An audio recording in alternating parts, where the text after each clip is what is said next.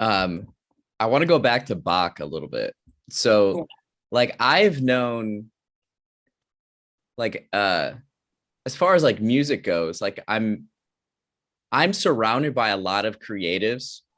Um, but and I've played the alto saxophone before. I've played acoustic guitar, but I've wanted to like understand. I love the Beatles and I love just like music history and trying to understand it because like art, it's very much like a.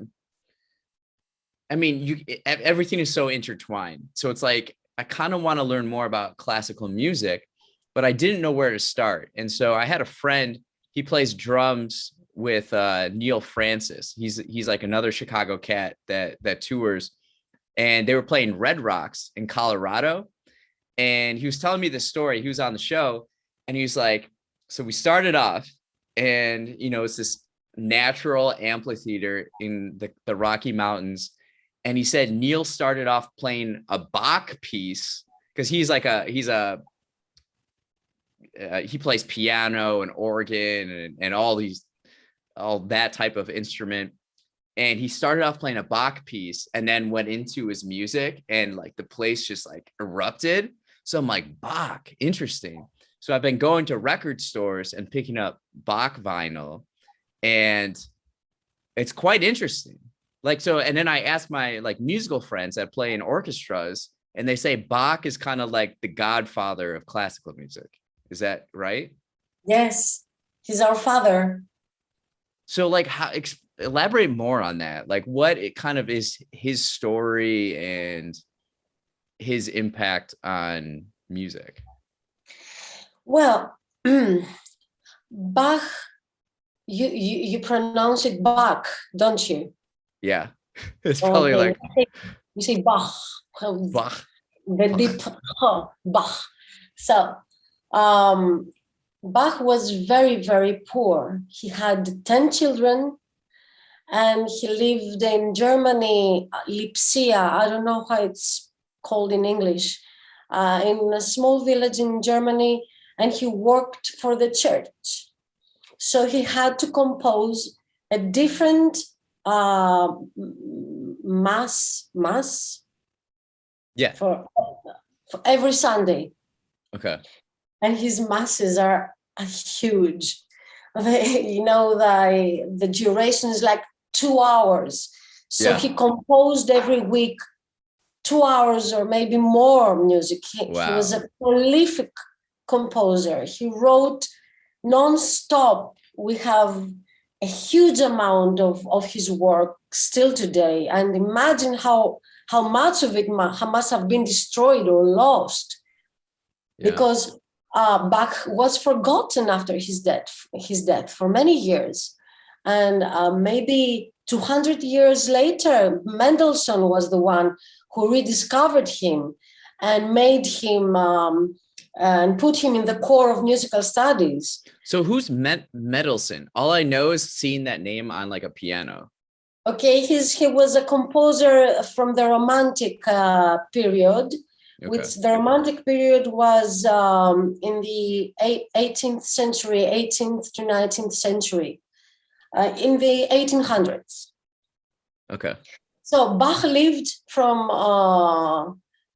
1670 to 1750. Okay. Yes, I think he died in 1750. Yes, that's when he died. Before Bach, there was the Renaissance era in music. That's how we call it, the Renaissance era. The music then was very different from the music that we now know. The music we play, the music we listen to. It was the how was it called in English? Okay, I forgot the word, but it doesn't matter. The music was really, really different. The rules were really different. The scales that they used were really different. So when Bach came into the picture and he introduced us to the Baroque area, he's the one that formulated this area. What did he do? He changed the way we look at music. Before him, we saw parallel melodies moving without having really any connection with each other. So we had phonetic music, vocal music, with different layers of voices doing their own thing. How's it called? A distichs. I'm searching for the English word, but I can't find it. So Bach imagined the music in a different way. He's the one who created the chords. But at the same time, the musical instruments were refined. So we have the well-tempered clavier. The well-tempered clavier is the piano as we know today. And these little tweaks in the musical instruments at that time of that period changed the perception of the music.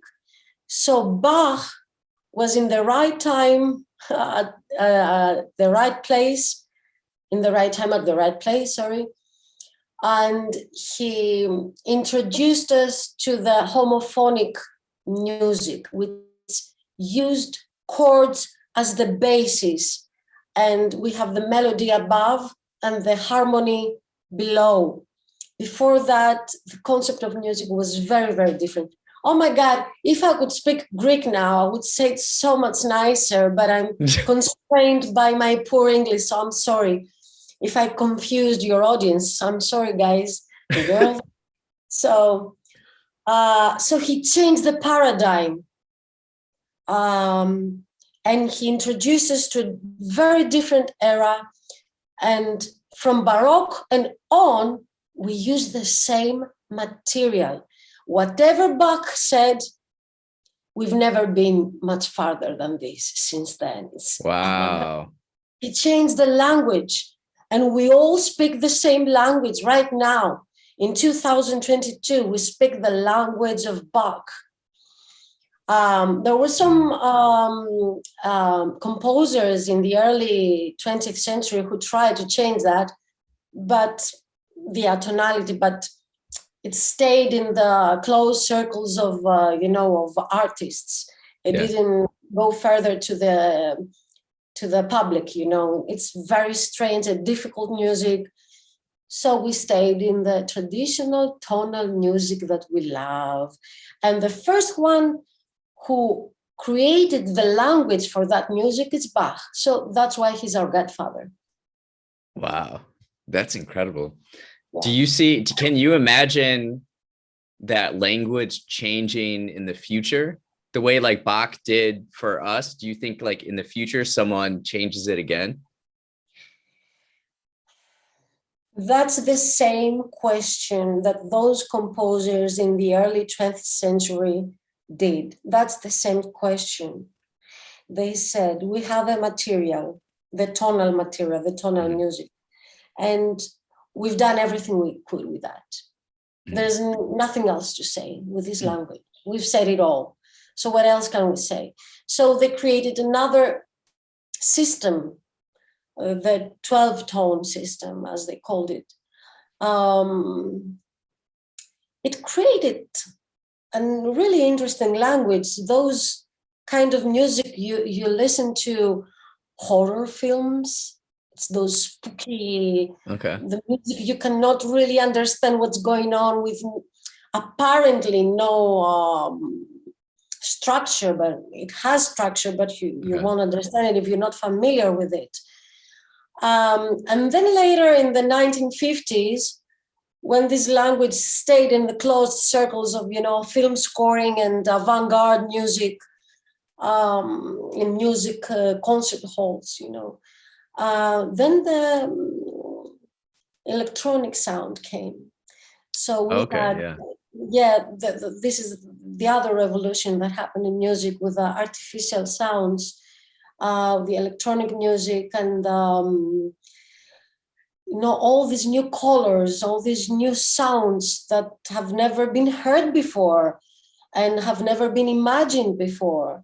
Mhm. That was a huge, push to music to move forward. Now, well, art always finds ways to be richer Mhm. and to enrich itself. That's the verb. Yes, I found it at last. So I think something always happens. I don't know what it's gonna be, but I'm excited to see it. Yeah. I'm excited. What are some of the names of those people in the 20th century that were reimagining, asking that question? The founder of this movement, the movement of atonality, is Arnold Schoenberg. It's from Vienna, so it's Austrian name, Arnold Schoenberg, and his two students, Anton Webern and Alban Berg. Huh. Interesting.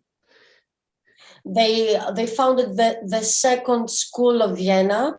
The first school of Vienna was the classical music, Haydn, Mozart, and Beethoven. Mm-hmm. Real quick, can you summarize like Mozart and Beethoven, like what their impact on music? If you can summarize that quickly.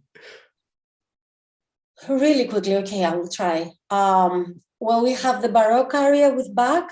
Okay. And later, when Bach dies, his two sons continue his music, but they elaborate it a little bit. And this is the Rococo area or the pre-classical era. Okay. And then we have Haydn. The first of the classicals is Haydn. What he did was he took the language of Bach and made it more prominent, and he took some musical structures from the Baroque era, like the sonata form, for example, and he made it the sonata form that we know it today, the classical sonata form, which was the structure in which all the classical composers wrote their music. Okay. It's like you say, now I write a song, it has verse 1, chorus, bridge, verse 2, chorus, like that. But it was the sonata form. And all the symphonies were written in that form. So the classical musicians, what did they do? They created structures in which you can compose a huge piece of music, huge in time, in duration. I mean, and for huge orchestras, Beethoven had a very huge orchestra compared to the Baroque era. But of course, Greek. Of course, the huge orchestras came later in the Romantic era. So the classicals